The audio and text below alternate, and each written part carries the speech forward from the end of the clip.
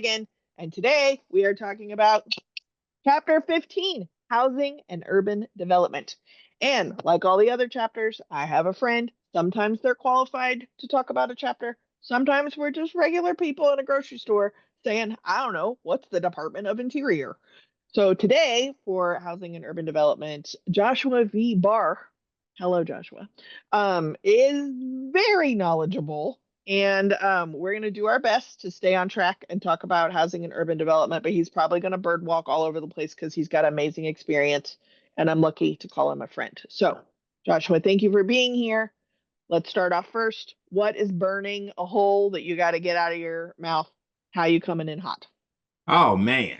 Uh I think, the thing that probably burns at me most is um it, one thing people need to understand about um the Project 2025 overall, but specifically for this chapter, is main thing Project 2025 wants to do is to eliminate all race-based women protection kind of protections in all organizations. And so in this Perfect. case, um, the main thing they want to do is pull back affirmatively furthering fair housing, where there are certain restrictions that are put in place uh, on city, state, local governments to make sure that they're actually combating housing prejudices. And most of the things, when we look at the HUD work that was written by the former Secretary of the HUD, Benjamin Ben Carson, Carson. uh, the main thing they want to do is roll those things back. They want to roll back affirmatively further and fair housing. They want to take out all sorts of research in regards to making sure that you are trying to combat the original sin of this country, which is stolen land built by stolen people for the select benefit of a few.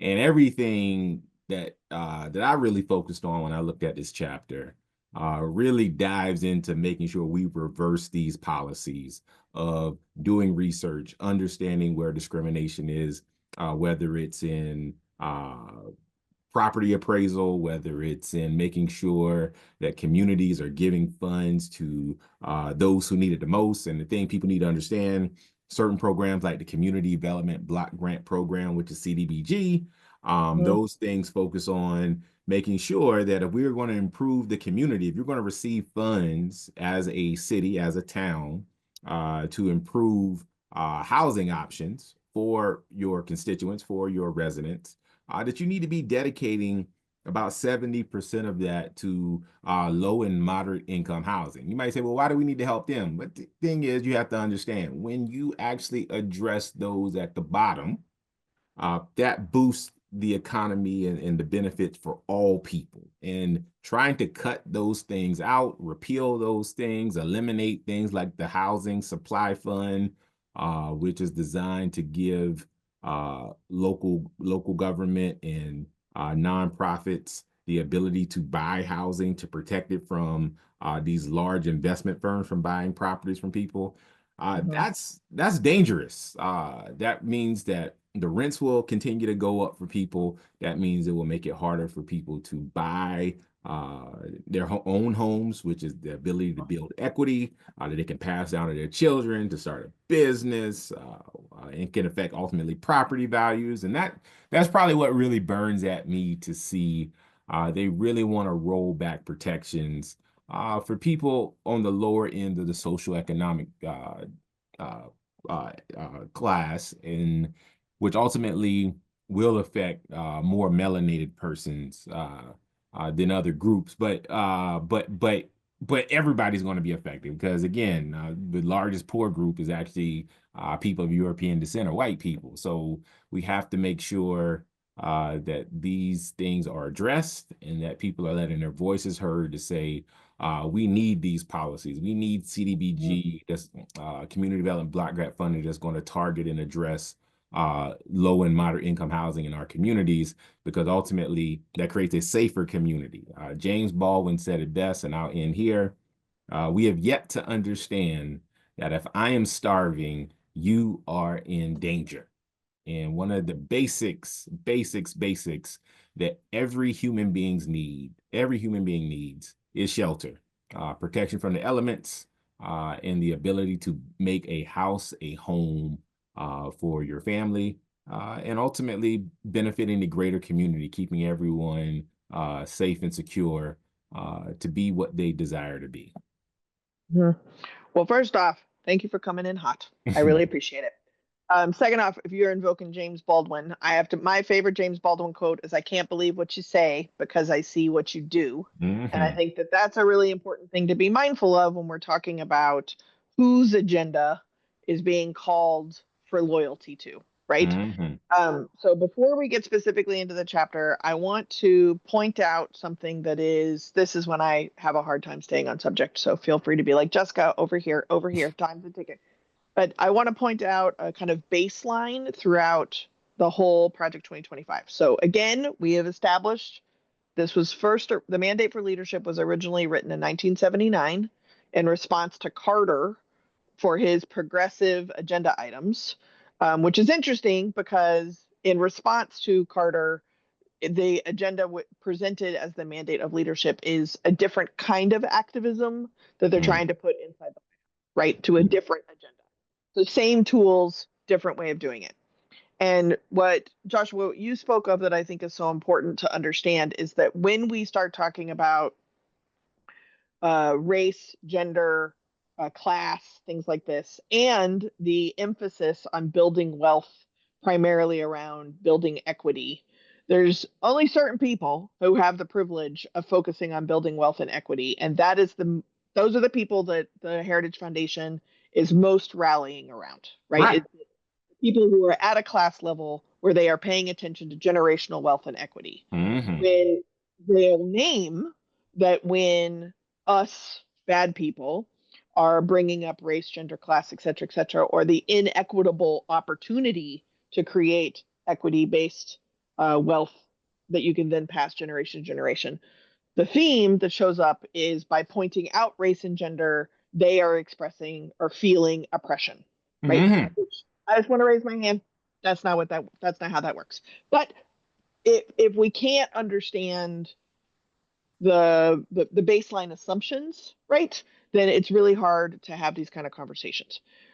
So their premise is that liberals' democratic agenda has picked winners and losers, and the winners are the people who are loyal to a liberal or progressive agenda. Side note, I don't know any liberal that loves everything about the democratic agenda, which is the whole point of democracy, but I digress. But they see winners being deemed loyal to a democratic agenda that then makes those not loyal to that agenda a loser. And I think it's a very important paradigm when we start talking about Ben Carson's views of the role of housing and urban development. I should also mention that every single chapter comes with a clause at the end of the chapter that no ideas in this chapter are should be representative of anybody else except for the author, and they usually acknowledge the people who helped out with the chapter. This is the only chapter in the 32 chapters. This is the only one that does not have that statement. So Ben Carson don't care who gets applied or who gets inferred in these opinions. As a brain surgeon, a Black man going through medical school and working in the medical field, it is also a very good reminder that just because you are one doesn't mean you get it. Oh no, Right. all skin folk ain't kin folk. That's what we say. That's what we Right. say. Right. Well, and the more melatonin people, that's going to stick with me for a little while too. That was beautiful. Okay. Melanated. What did I say? Melatonin? Yeah, Oh, you try to go to sleep. yeah. Well, I mean, maybe that was a little quick. Melanated, but melanated and melatonin might also be a Venn diagram situation. Okay, let's focus. Housing and urban development. Thank you for the hot take. If we back up to what is the housing urban development, you talked about the block grants that help people gain access to housing. Um, Generally speaking, if we have housing and urban development overall as the department in charge of people having roofs over their heads Mhm. and people in between having their own roof over their head, shared housing. And I would have assumed if the focus on urban development and housing was present, that this is really where houselessness and homelessness is most addressed. Yes. And I don't even know if that's true because I now only know what the Heritage Foundation said. So let me ask you that question. Is this also emphasizing houselessness, tent camps, homelessness, or did I just do that because of the word house and Oh urban no, development? no, you didn't add. You're not making up anything. It's a good assumption, and it will be a correct assumption. Now Okay, when we great. talk about affirmatively furthering fair housing, a big part of that is combating homelessness, and Okay. they provide HUD. Again, I think I want to take one step back and still answer the question, but Go HUD for it. was established under the Johnson administration, Lyndon Baines Johnson. This is where HUD really comes about, and it is designed to address the housing crisis, specifically in regards to when we talk about slum housing for people, particularly Black persons living in the United States and other ethnic groups, and we talk about um, and we talk about where we're sectioning certain groups off and we're putting property values higher, redlining where we're putting, if it's a white community, the housing prices are much higher, and if it's Black or Latino, the prices are lower. And so HUD was designed to come in and really kind of address a lot of the issues in discrimination that was causing a lot of the unrest of the 1960s. I mean, people have to Mhm. understand there was a lot of unrest in the 1960s. If you actually do your homework, because I didn't live it, but I've studied it a lot, and Same. and so HUD came in and said that we're going to, put the FHA, the Federal Homeowner Administration, Federal Housing Administration, all these things under here, and our role is to ensure a access to home ownership, particularly for low and moderate income homes. That's CDBG focuses specifically on that. Administrating programs to address houselessness, and then also having fair housing laws to address discrimination that may affect race, sex, color, creed, national origin, and a number of other issues. The creed, by the way, creed doesn't belong on the federal level. That's a lot of local and state. I said that one, but I want to make sure. So, hey, no, that's actually at the lower level. Yeah. But I mean, HUD really is about community development, and community Hmm. development includes everyone. That's your people who are on the verge of that could go homeless, or people who are spending more than 30% of their income in housing, because research shows that if you spend more than 30% of the income you bring in into housing, then you're on the border, you're on the cliff where you have Hmm. one accident, one emergency, and you could be houseless. And Right.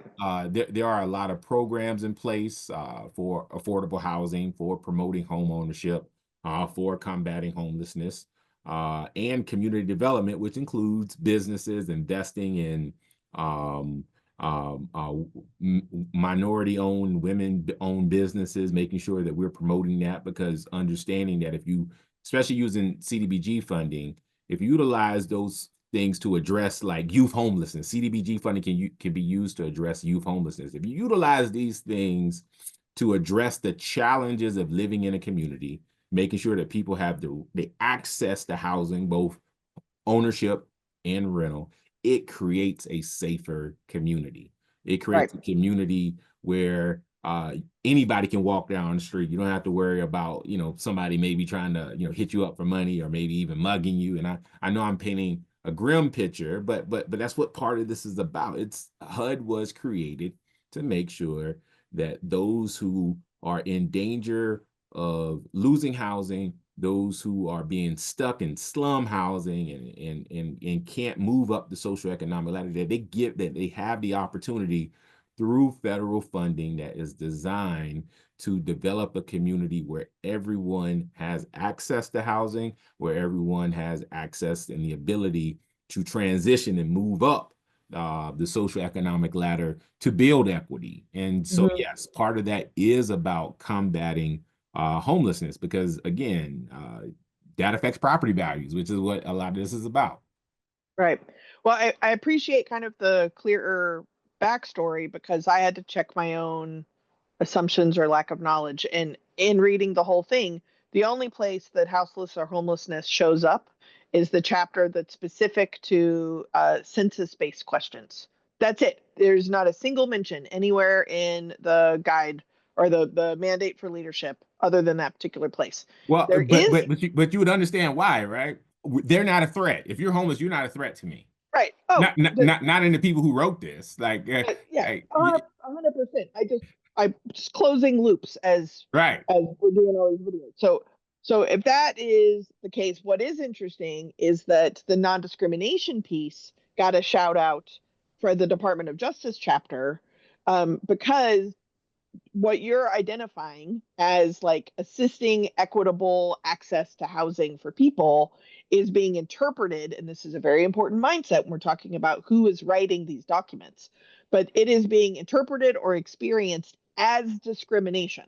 And Mm-hmm. so by opening up the opportunity for low income housing, it is cheating, I'm using air quotes, the free market of what could be significant more rent or significant more equity build in that particular house if it wasn't a low income housing, right? So Right. that's the approach. That's the capitalistic part of it that they're Yeah. coming from.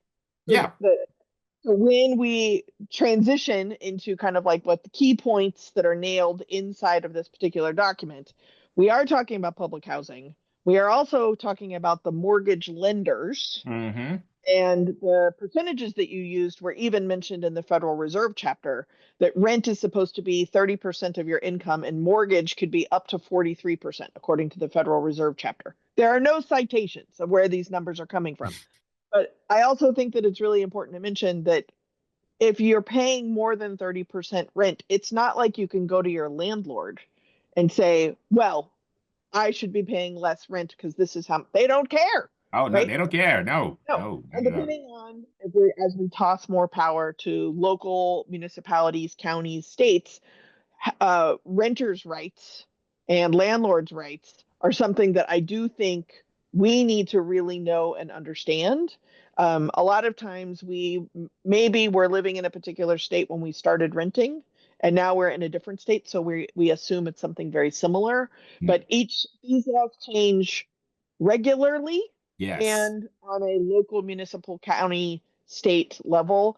And the idea of these regulations are being tossed potentially even more so that there is no federal regulations or expectations on in the defense of a renter or even someone who's paying a mortgage, because who we are defending and protecting if we are the Heritage Foundation writing this mandate for leadership is the mortgage loaner, the mortgage Mm-hmm. lender, and the private companies that are connected to the transfer of home ownership, the transfer of home loans, who owns that, and even the jurisdictions within those particular neighborhoods. That is who the focus is on the chapter. So now that we have kind of that, this is what it currently does, but here is the lens in which the chapter is coming from.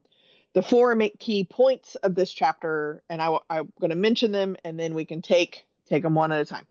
The first one is related to non-citizens or undocumented people.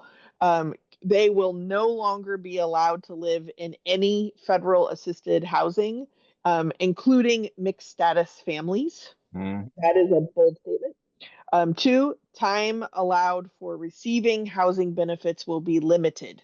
So instead of qualifying and maintaining that qualification, it will expire at some point, even if you still qualify at the end of the time limit. Um, Prioritization is going to be given to married couples, and married couples are defined specifically in the biblical manner of heterosexual cis man. They did not use the word cis or heterosexual cis woman And as we have learned in other chapters, this married couple is such a strong emphasis. It is one of the main four promises of this particular iteration of the mandate of leadership, that the man is the breadwinner and the man is the breadwinner and the mother is the caretaker. And the reason why I say that is that there's no mention of like being a father. It's the man is the breadwinner and the mother is childcare, and they will be given prioritization for any kind of housing. Single families, single people, childless people, single fathers, single mothers, unmarried couples, multi-generational housing. None of that is will have the priority. It's married couples. And then the last one is that some responsibility for public housing will be moved into the private sector via vouchers, so very similar to the voucher program that we're starting to see and hear more about, or maybe you know a lot about. It's new to me because I don't have children. Are these voucher systems where federal assistance would actually trickle down specific dollar amounts per married couple family, and then they would be able to use that funding at their discretion and over prioritize by being over prioritized to access to housing. So it would be quite a tilt as far as who would get preferential status of renting or purchasing a home. So those are the main key points of this mandate for leadership. Do you want to start at some particular head explosion place? Well, I want to make sure that there's one more thing. There is um there's a cutback of funds for certain things. When we talk about the PAVE program, which is property appraisal, valuation, equity, which has become a big deal in the past few years, where we have seen that people who walk into properties and appraise them are appraising homes in communities of European descent much higher than those same homes of African American communities and other communities. And there's a I don't there's a great documentary. It's really short. It's like 41 minutes, but it's called Testing a Divide. And it's about Long Island, New York, and people that go in to try to view homes. And the real estate agents are only taking certain groups over here if you're this, and you're over there if you're that. But the larger point I want to make, they want to get rid of that program, that protection, to put in certain protections against housing appraisers for making, ridiculously lowballing certain communities when the pricing for housing is significantly the same. They did a study in 2021 where they looked at, I believe it was about 46 million homes. And they found overall, like it's across the board, if it was the same housing stock, same type of housing, if it was in a community that was Latino or African American, uh, and white community, basically the same housing stock, it was always significantly higher price. Mhm. And these people are losing homes. They're losing equity, which allows them to do certain things. And I think the other thing I would just add to your list of things that were important is also the housing supply fund. Mhm. Again, because you said it, in every state, local community, there are different challenges, there are different rules. Right now, a lot of states, especially in the Midwest, are you have a lot of private equity firms from New York that are coming in and buying up housing, and the housing supply fund, which is a new procedure, or a new practice under the Biden administration, was designed to put money into local communities, nonprofits, et cetera, where they could actually utilize funding, CDFI, community development, I forget what, financial institutions. Yeah, okay. CDFIs. And they would give them money to give out loans to people to buy housing stock instead of having it being bought up by out-of-state private equity firms. And they want to cut that out because, again, this is what you said about a dominant group, which is typically men of European descent here in this country, that are wealthy. I mean, wealthy European Christian, that also Christian. yes, that can come in, buy up these things, and just make as much money as they can because the private equity firms buy the property, they only come and then they just jack the price up and make housing unaffordable. And I think understanding, as you alluded to, who this chapter and who this book was written for, really shows you that this is kind of a rollback of the country and its principles towards just making as much money as you can off the backs of people who are not as wealthy and who may have more melanated skin and who may be women. I mean, this chapter just really just speaks to that. And it's just Yeah, really powerful. Just powerful in the sense that, wow, like they really don't care. And again, it's not that you won't ever read in this chapter, you know, we don't care about poor people, or we hate black people, or we hate gay. right. It doesn't say that, but it's always implied because, again, the thing, Because they love wealthy, equity, Christian, heterosexual, married people like themselves. That yes, that is the yes, group. It's a right, very insulated, self-serving love. right, right. It's not a stated hate. It Yeah, is an agenda for this very small circle that is not feeling loved enough. right. And I think the thing most people need to understand in life, not just for Project 2025, you are always in relationship with people's behaviors. Mhm. And I if don't believe what they say because I right, can see what they do. exactly. Well, I didn't say anything bad about black people. I didn't say nothing bad about, immigrants. Like, no, I didn't say, but read between the lines.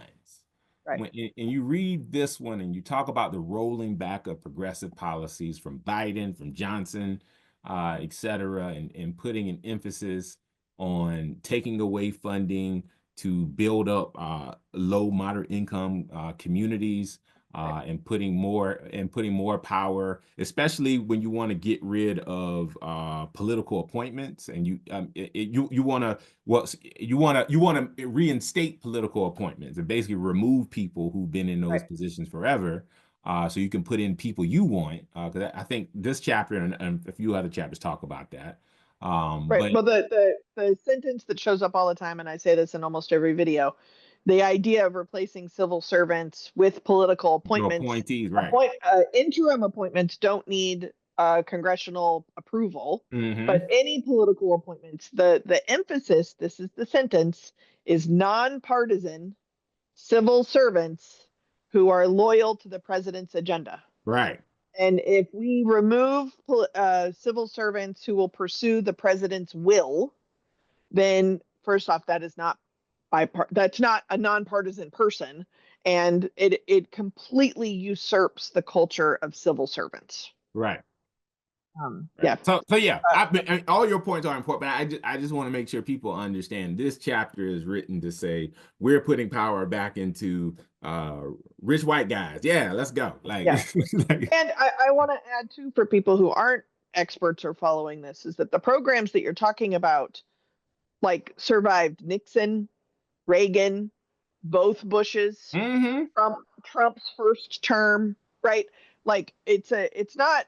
I think ultimately what we need to think about of the I'm going to use the word damage of this mandate of leadership. Yes, there is some damage that's like almost a checklist, right? Of like immediate things to overturn, get rid of, fire, etc.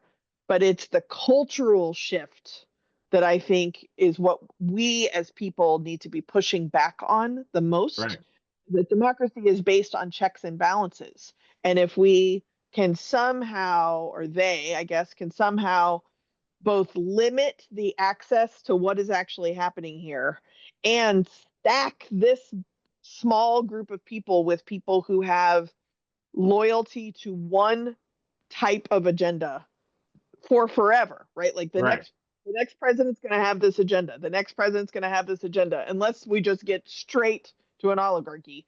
But by limiting the ability to challenge and then only really emphasizing this echo chamber, we are eventually getting one solid, consistent message. And democracy is based on this pendulum swing. And so, our job as people who live here, whether we're citizens or not, is to really pay attention to the housing and urban development in the places where we live. Yes. I would encourage people, and this is sometimes hard for my friends, is reflecting back on your own class or economic development via housing does not mean that that is an experience somebody else is having right now. I hear a lot of times when, my fellow wealthy friends, we talk about like the shitty apartments we lived in with 100 different roommates and cockroaches and what that meant. And we paid $8 in rent and like had to work really hard to get that $8. Okay, great. Fantastic.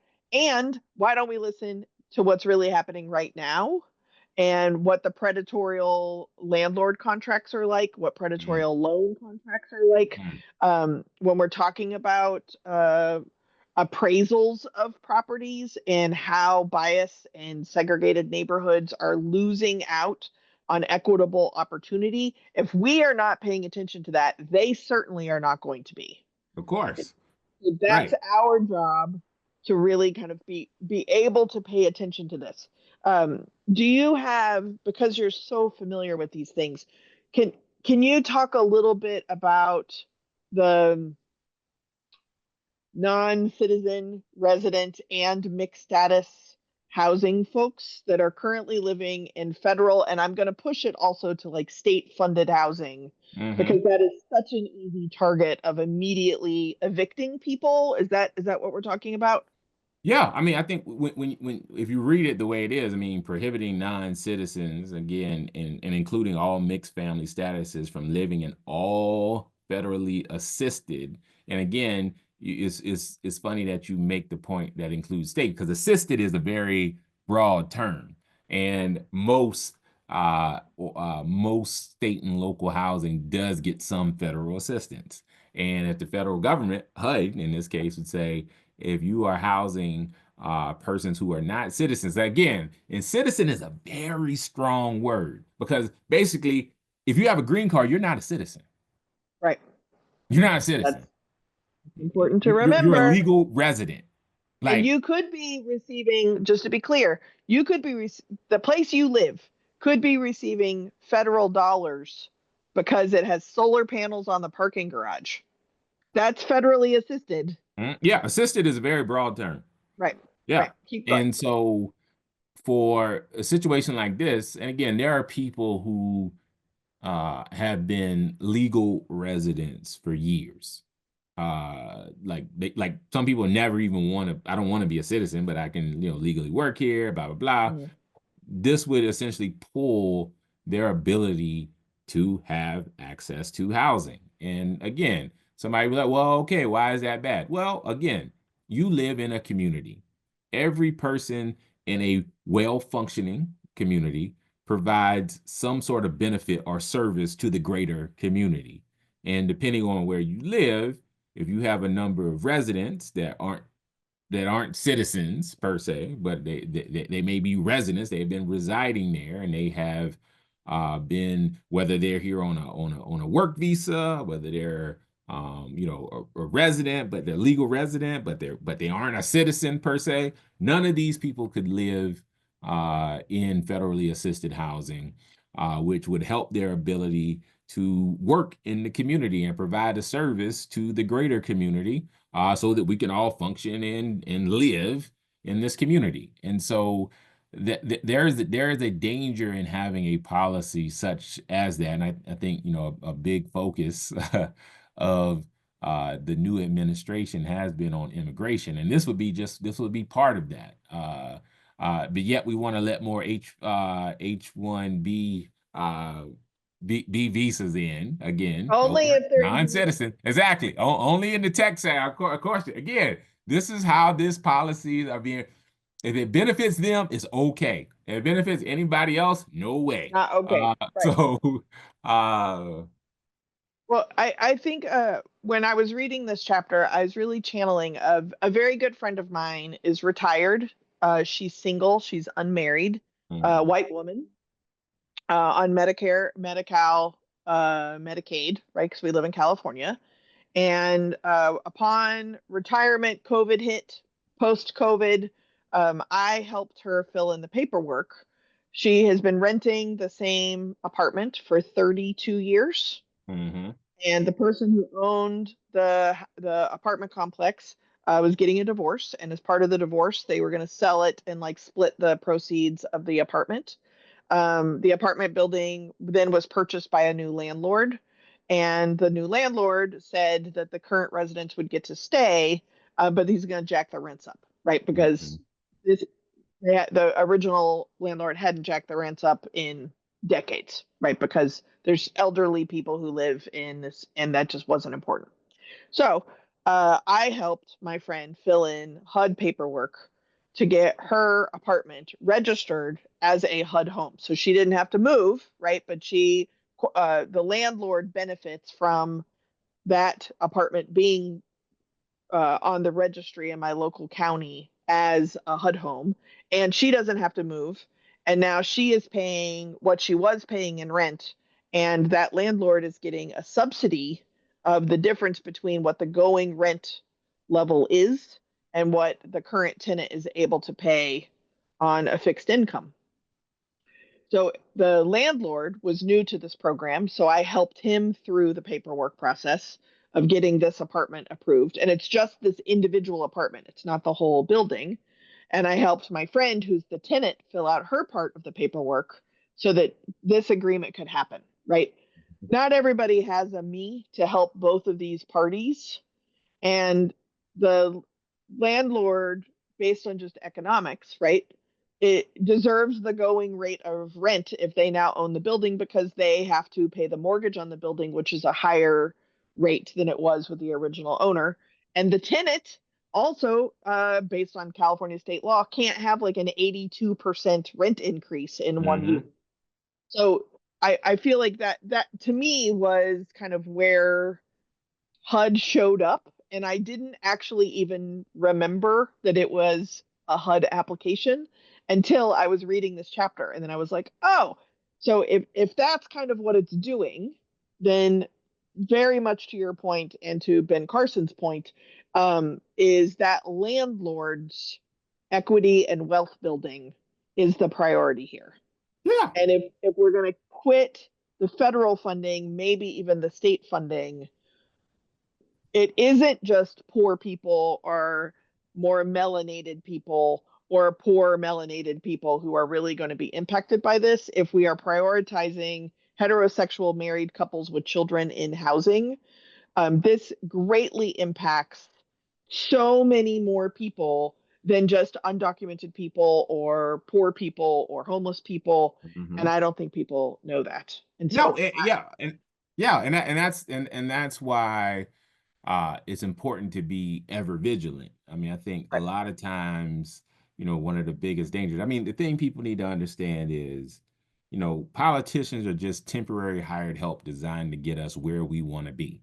The thing that we have say to that again. decide, Say that again. yeah, politicians are just temporary hired help designed to get us to where we want to be as a society. But the thing is, and it goes back to what you're saying, we can't just sit there. Everything's fine. Everything's fine.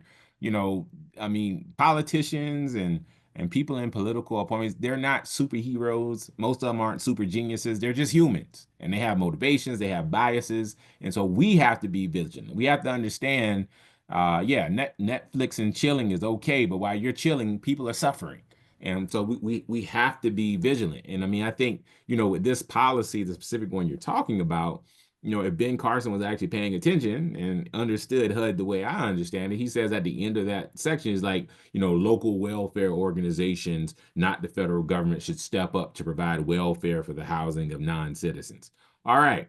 Where do most of those local welfare organizations get their Right, funds from? Usually a right, government entity. And some of that government funding comes from the federal government to state, to local, down to welfare correct. organizations, which is what CDBG funding does too. So it's like it's like Yeah, you're not actually speaking true logic.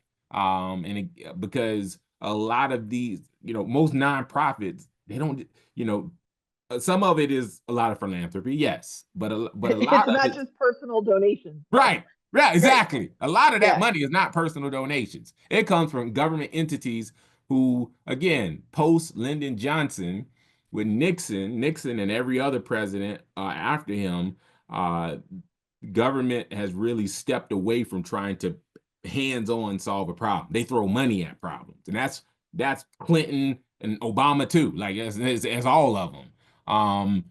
Johnson was the one that did Head Start and all these programs where we were going to be in community, and ever since then, government has really taken a step back and thrown Yeah. money, and these organizations at the local level get that funding to address some of these challenges. So even to have the audacity to make that statement, like, do Yeah. you understand where most of these organizations get their funding from? Like, Well, and I think I really want to end on that note too, is that if when you heard you, meaning the three people procrastinating something watching this video, when you heard that, if a voice went off in your head and said, well, we don't have that in my local community, first off, you don't know if you have that. You think you don't. We live in very segregated communities. So my parting homework assignment is, in the places you live, where do uh, homeless or houseless people sleep? Whether it is indoors or outdoors, where do they sleep? uh, Non-citizens, immigrants, refugees, sanctuary cities, these kind of things. Do you know the status of the place where you live, and where are those services? I'm also going to include, because there is actually a teeny tiny little baby shout out to being able to prioritize those with addiction issues or mental health issues, and mhm, the kind of intersection of being houseless or homelessness and prioritizing addiction and mental health. Much to your point, Joshua, of yet another nonprofit handles that as if it's not connected to state and federal funding. In your local communities, who is serving these communities now? Where are they getting funding? And if this is something that you care about, do you have resources, time, money, etc., that you can support these organizations that are about to lose their federal funding? mm. That is a parting homework assignment. So, Joshua, again, thank you. It is equally as illuminating to talk about chapters with people who have any idea what's going on, as it is people who do not have an idea of what's going on, because most of us, we collectively don't know what's going on. And that Right. is our responsibility. And probably my biggest act of resistance in learning from this Project 2025 project is it's up to me to know this and become a conscious person living in the place I live and living the life that I live. There's so much more that I don't even know that I don't know. And I just really appreciate your time today. And people, buckle up, Yeah. because we got more chapters to do. So Right. thank you very much, Yeah. Joshua. So if I can have one Oh, parting go, word. go, Yeah. go. Last word, So, last word. and this is just to what you said. I mean, the thing we have to understand is no one's coming to save us. What? No one is coming to save us. What? So we have to be fervent in trying to achieve our own salvation, and that is by coming together collectively to address these issues. So in addition to the homework you gave people, I just want to just stack something on.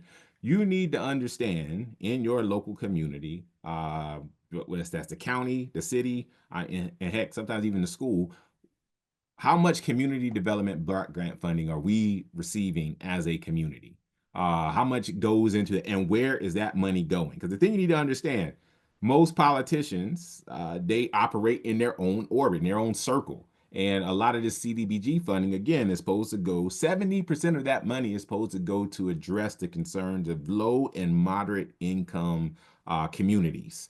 And it can be used in so many creative ways. You just have to show how it will impact and create a safer community. You need to understand, how is this money being used? Is it going to the places it needs to go? Because in many places it doesn't. And the good thing about having a government that is kind of a republic form of government is everything is not nothing's going to happen instantaneous in this administration. So we have time to build back and put in systems in place and support to get involved to push back against what's happening. And a part of that is understanding how is our money being spent, where would we like it to go, and what is our input in making sure that things are going towards the places it needs to go so we can have stronger, more vibrant communities where everyone has the opportunity to thrive.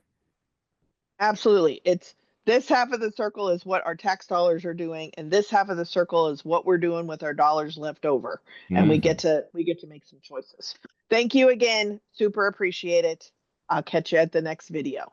Okay.